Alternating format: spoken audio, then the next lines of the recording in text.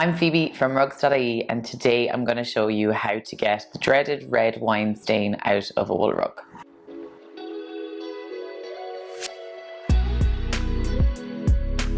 So just so everyone is aware, this is a perfect way of getting red wine out of a wool or cotton rug, but if you have something that is made out of viscose or jute or sisal, then this is definitely not the approach for you.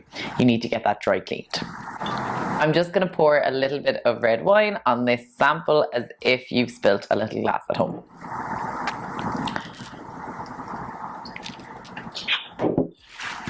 Okay, so the most important thing that you have to do is to dry as much of the area as you possibly can, as quickly as you can.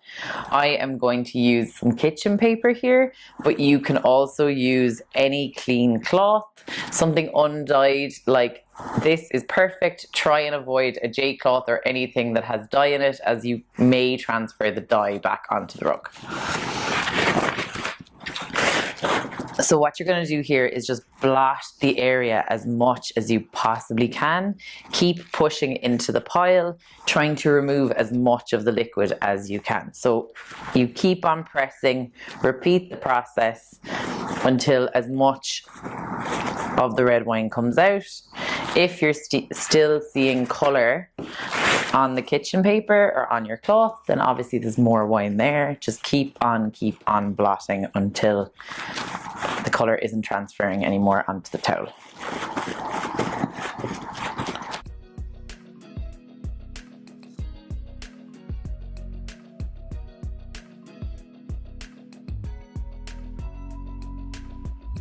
Now, as you can see, you can still see the staining, but I've pressed as much of the liquid as I possibly could out of the pile. The next thing I'm going to do is I'm going to use table salt, and I'm going to cover the area where we had the spill in table salt. So you can coat this on fairly thick, and just making sure that you got everywhere that it was. And then I am going to leave the table salt until some of the colour comes through. Don't leave it for too much longer than that. Salt can be used as a way of setting dye in rugs too, but this is a great way to get the tannins out of the wine, to lift the colour a little bit, and we'll just vacuum it off as soon as it's done its job.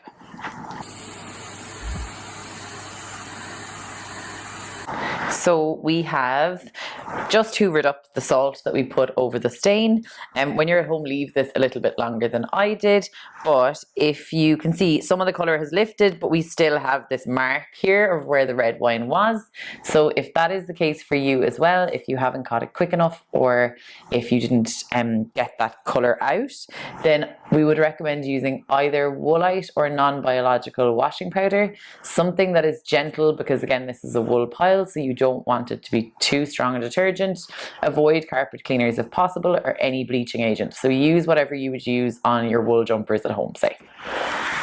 I'm just going to dilute this woolite in some warm water, and then we're going to dab it onto the stain and see if we can get more of it out. So in this bowl, I have some well diluted woolite in warm water, and I've got a clean cloth again with no dye to make sure I don't transfer any dye onto my wool rug.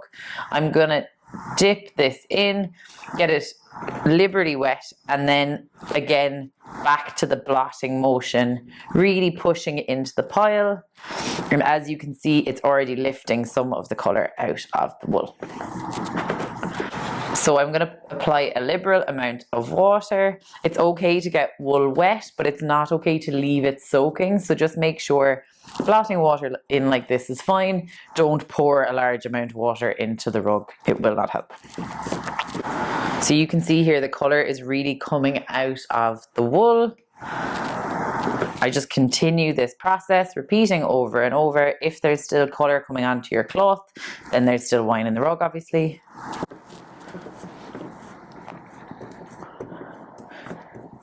Now don't worry if this little area that you're blotting is getting flat looking. Wool will come back. It's not going to stay flat.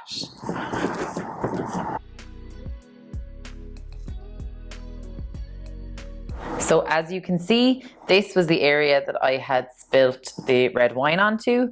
What we've done is we have blotted the area completely to get as much of the liquid out as we can. We covered it in table salt and left that until the colour came through if there was any remaining red wine on the pile. We then hoovered that up. We diluted woolite quite well, and then we blotted into the pile in the area that has been stained. I've dried this mostly, but there is still some woolite and liquid on it. I'm going to leave this sit overnight. If the stain is still there, I can repeat the process, but we will take a look tomorrow, and I think most of the staining here is gone.